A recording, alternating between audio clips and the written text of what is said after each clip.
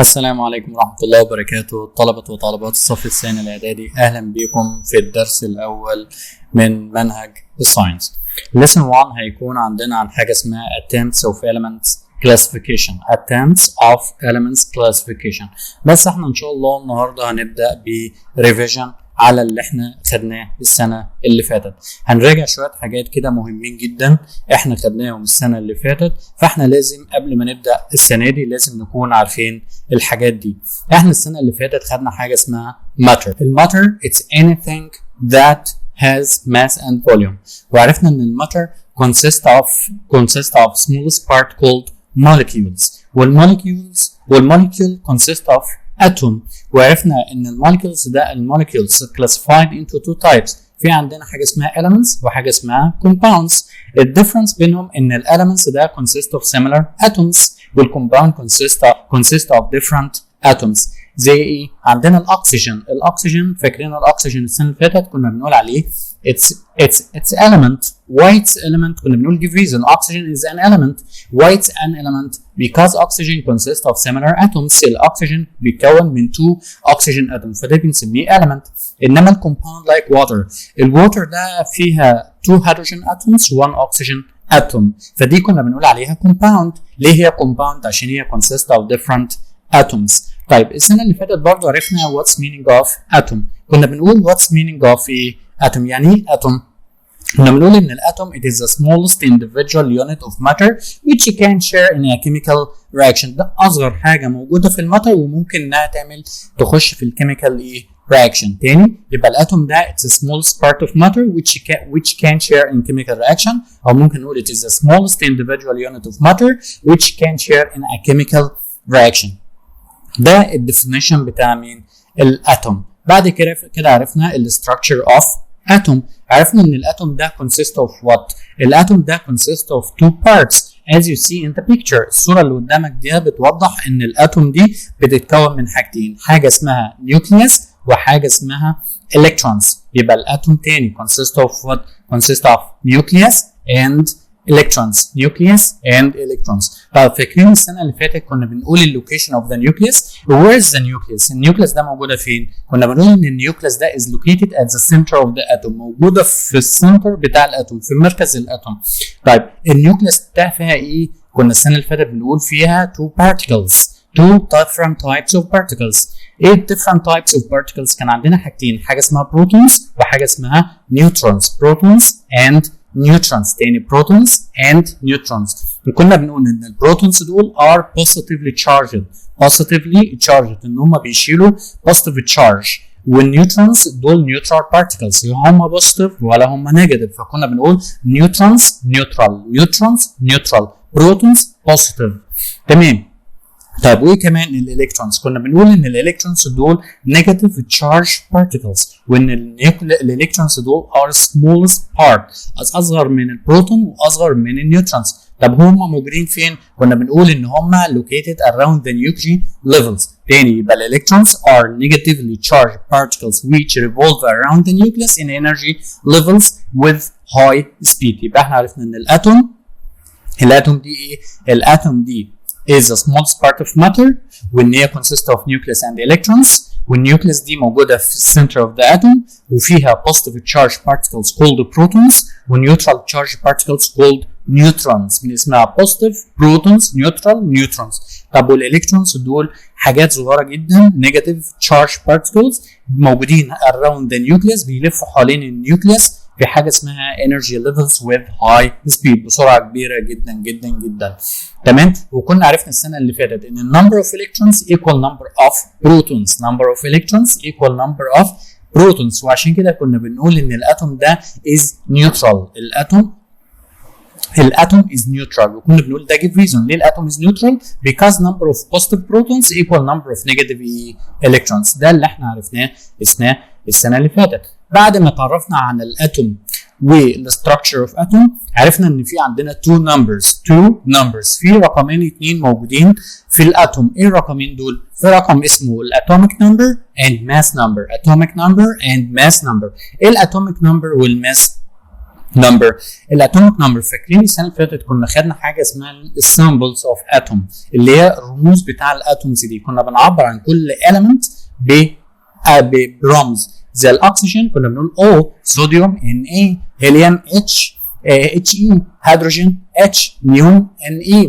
ده كنا بنسميهم السيمبلز اوف ان اتوم، السيمبلز اوف element. طيب كل سامبل من دول حواليه تو نمبرز. الرقم اللي هو فوق كنا بنسميه ماس نمبر، والرقم اللي هو تحت كنا بنسميه اتوميك نمبر. وكنا بنقول يعني ايه اتوميك نمبر؟ كنا بنقول الاتوميك نمبر ده it is the number of positive protons in the nucleus. واحنا لسه قايلين من شويه ان البروتونز equal electrons، فممكن اقول ان الاتوميك نمبر ده it is the number of protons، وممكن اقول it is the number of electrons. ليه؟ لان البروتونز equal electrons. طب والماس نمبر؟ الماس نمبر ده كان الرقم الكبير اللي هو بيتكتب فوق.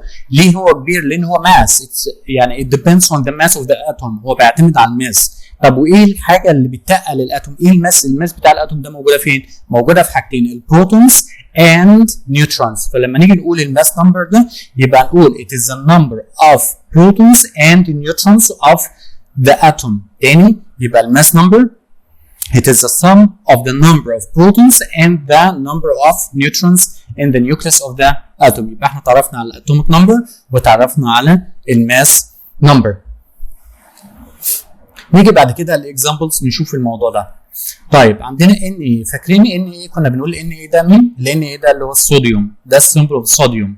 طيب عندنا الصوديوم ده في رقم صغير مكتوب تحت اللي هو ال 11 ورقم كبير مكتوب فوق اللي هو 23.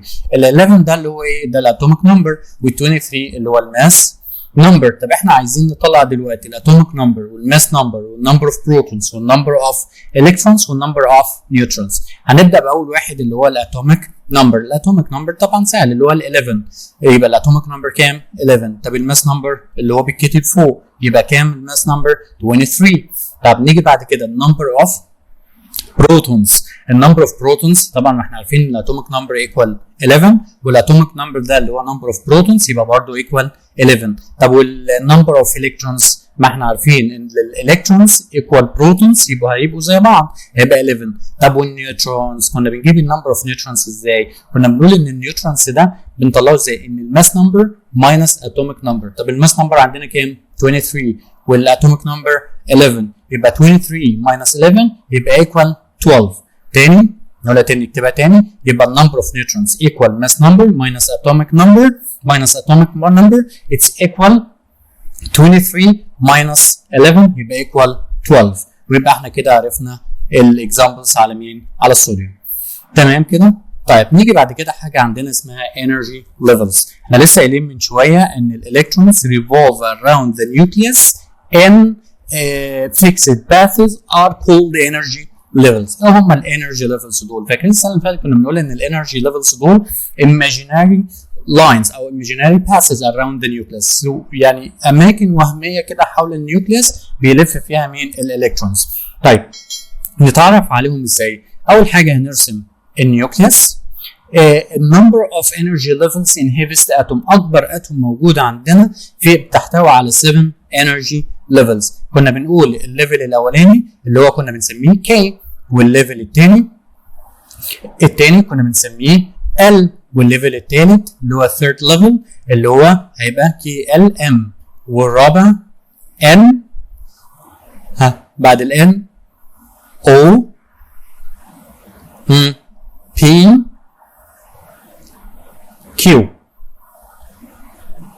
يبقى how many energy levels in heavy atom؟ 7 levels. يبقى تاني K L M N O P Q ده اكبر اتوم موجوده عندنا في البريودك تيبل فيها 7 levels. يعني ممكن في اتوم يبقى عندها K بس، ممكن يبقى عندها L بس، ممكن عندها M بس، whatever. يعني هي it depends on the number of electrons، بتعتمد على عدد الالكترونز اللي موجوده في الاتوم ده. انما اكبر اتوم بتحتوي على 7 levels. دول كده بنسميهم الانرجي ليفلز، ودي الاماكن اللي بيلف فيها الالكترونز around the nucleus. يبقى الانرجي ليفلز بنقول ان الالكترونز revolve around the nucleus in fixed orbits called energy levels. تاني الالكترونز revolve around the nucleus in fixed orbits called energy levels. وكل ليفل من دول له its own energy. والنمبر of energy levels in the largest atom عرفنا ان هو كام 7 energy levels اللي هم كام K L M N O P Q. وكل ليفل من دول بيحتوي على certain number of electrons عدد محدد من الالكترونات. وده احنا عرفناه السنه اللي فاتت في حاجه اسمها electronic configuration. اسمها ايه؟ electronic configuration او كنا بنقول عليها electronic distribution اللي هو بنوزع الالكترونز في الليفلز دول around the nucleus. كنا بنقول عليهم حاجه اسمها electronic configuration او electronic distribution. كنا بنوزع الالكترونز according على حسب ايه؟ على حسب mathematical equation. كان عندنا equation، الايكويشن ده اسمها 2n square. يبقى بنقول the number of electrons which saturated the first 4 energy levels can be calculated from the relation 2n power 2 او 2n square. يبقى الريليشن ده 2n square كنا السنه اللي فاتت بنطبقها على الكي والال والام والان كي ال ام ان على اول اربع ليفلات بس. انما الاو والبي والكيو كان الريليشن ده ما ينفعش تطبق عليهم. وكنا بنقول give reason ان 2n power 2 is not applied on OPQ levels. Why? كنا بنقول because the atom is not stable او the atom is unstable. يبقى لو احنا جينا نطبق relation 2n square على الاو والبي والكيو هتبقى الاتوم دي في الحاله دي هتبقى unstable. فعشان كده ما ينفعش نطبق الريليشن ده على الاو والبي والكيو، فبنطبقها بس على الكي ال ام ان على اول 4 ليفلز. طيب كنا بنطبقها ازاي؟ هناخد examples نفتكر بيه، نعمل refreshment to our mind عشان نفتكر اللي احنا خدناه السنه اللي فاتت. كنا بنقول ان الفيرست ليفل اللي هو كي بياخد كام؟ هنحط الريليشن اللي هو 2n سكوير وان ده اللي هو ليفل نمبر 1 فهيبقى 2 times 1 باور 2. طب بالكالكوليتر هتطلع 2 الكترونز. يبقى الكي ده بيحتوي على 2 الكترونز، ما يقدرش يشيل اكتر من 2 الكترونز. ده بالليفل الثاني اللي هو ال هنكتب ان السكند انرجي ليفل سي ال ايكوال 2 times 2 باور 2 وبالكالكوليتر تطلع كام؟ تطلع 8 الكترونز. يبقى الليفل ال completely filled with 8 ما بياخدش اكتر من 8. طب ليفل 3 اللي هو third levels اللي هو n 2n power 2 times 3 power 2 تطلع 18 electrons. يبقى ال M is completely filled with 18 electrons. It doesn't take more than 18 electrons. مش هياخد اكتر من 18. اوكي طيب في الليفل 4 اللي هو n يبقى ال fourth energy levels اللي هو n 2 times 4 power 2 equal 32. هو هياخد كام؟ 32. يبقى نقولهم تاني. يبقى ال K is completely filled with 2 electrons, ال L completely filled with 8 electrons, M is completely filled with 18 electrons, N is completely filled with 32 electrons. وقلنا ال equation 2n square is not applied on OPQ because the atom is not stable. نشوف examples نطبق عليه الديستريبيوشن اوف الكترونز. هناخد الصوديوم 1123 طبعا ال 11 اللي هو الاتوميك نمبر و 23 الماس نمبر واحنا عايزين النمبر اوف الكترونز. النمبر اوف الكترونز ايكوال الاتوميك نمبر. يبقى الالكترونز دول هيبقى عندنا كام الكترونز؟ هيبقى 11. هنبدا نوزع نعمل ليفل كي. الليفل كي طبعا is completely filled with 2. بعد كده ليفل L is completely filled with 8 is completely filled with 8. يبقى 2 plus 8 equal 10. From 11 يبقى عندنا 1. ال 1 ده هنحطه في level M. يبقى distribution of sodium هيبقى 281. فاكرين السنة اللي فاتت كنا عايزين نعرف ان الاتوم ده is active or inactive. كنا بنعرف هي active or inactive منين؟ كنا بنعرفها من الاوتر انرجي ليفل. الاوتر انرجي ليفل ده لو كان فيه 1 or 2 or 3 or 4 or 5 or 6 or 7 يعني كنا بنقول less than 8 electrons يبقى الاتوم ده is active. طيب لو هو فيه 8 يبقى كنا بنقول عليه inactive. وكان عندنا exception اللي هو الهيليوم كان He2 في 2 بس هو الهيليوم ده نوبل جاز وهو ما عندوش الا ليفل 1 والليفل كي والكي ده is completely filled with 2. يبقى اي اتوم عندها الاوتر ليفل في اقل من 8 الكترونز ان اوتر ليفل يبقى ده اكتيف اتوم ولو عندها 8 يبقى ده inactive وده كنا بنسميهم النوبل جاز or inert gases. جاز. يبقى الصوديوم في الحاله دي هيبقى عندنا ايه؟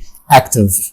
ليه اكتف؟ because هنقول كنا بنقول give reason sodium is an active element because the outer level is not completely filled with electron. outer level is not completely filled with electron. نيجي على حاجه ثانيه خدناها السنه اللي فاتت اسمها valency.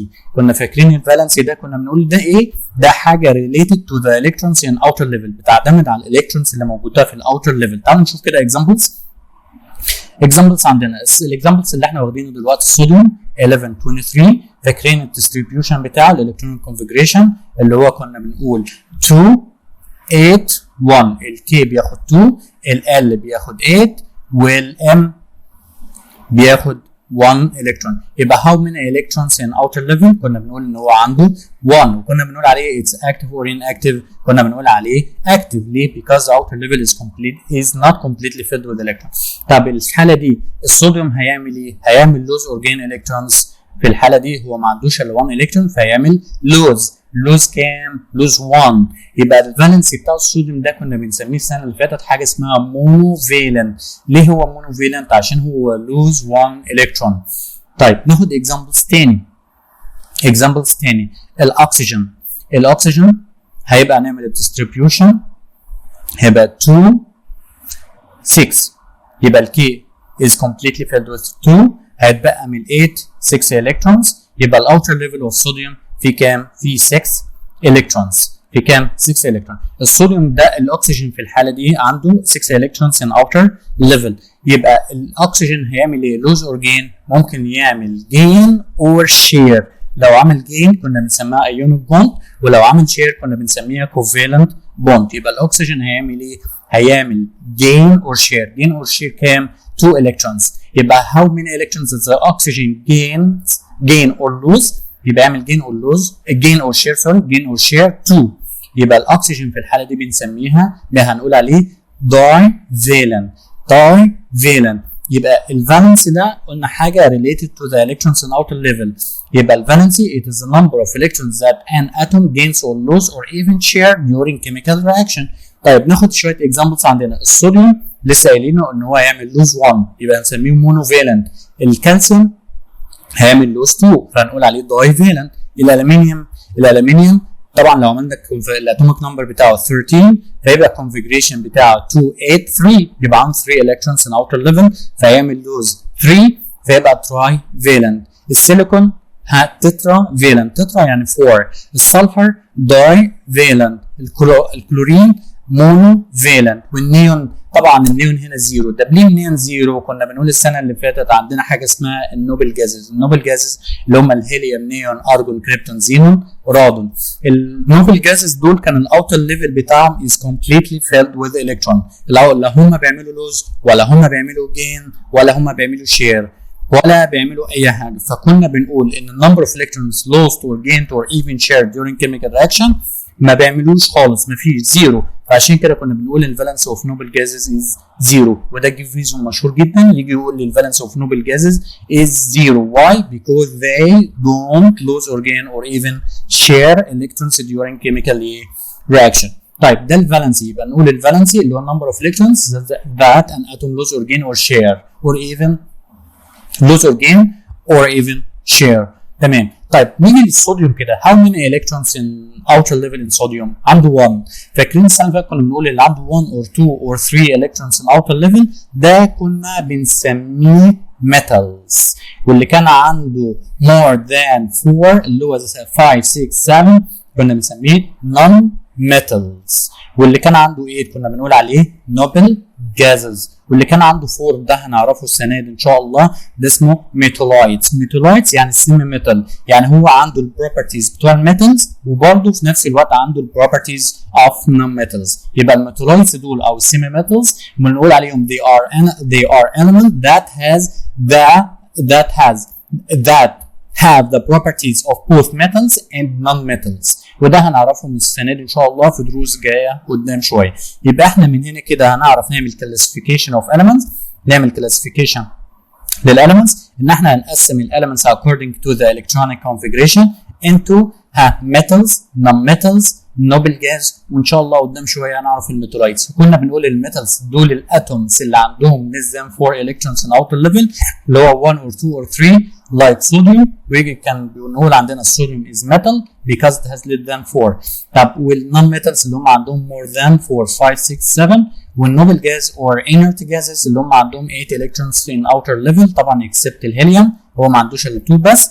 وكنا بنقول الفالنس اوف نوبل جاز زيرو because they don't lose or gain or share. ويبقى احنا كده عملنا كفرنج للحاجات اللي احنا محتاجينها من السنه اللي فاتت للسنه دي. ده الحاجات اللي احنا محتاجينها اللي ضروري جدا جدا لازم نذاكرها ولازم نكون عارفينها عشان نبدا باول درس اللي هو الاتمس اوف element classification، وده ان شاء الله اللي هنبدا بيه في الدرس القادم. ان شاء الله استنوني في الدرس في فيديو تاني هبدا بيه بقى شرح الاتمس اوف element classification، وهسيب لكم لينك موجود تحت في الديسكربشن. ده هيبقى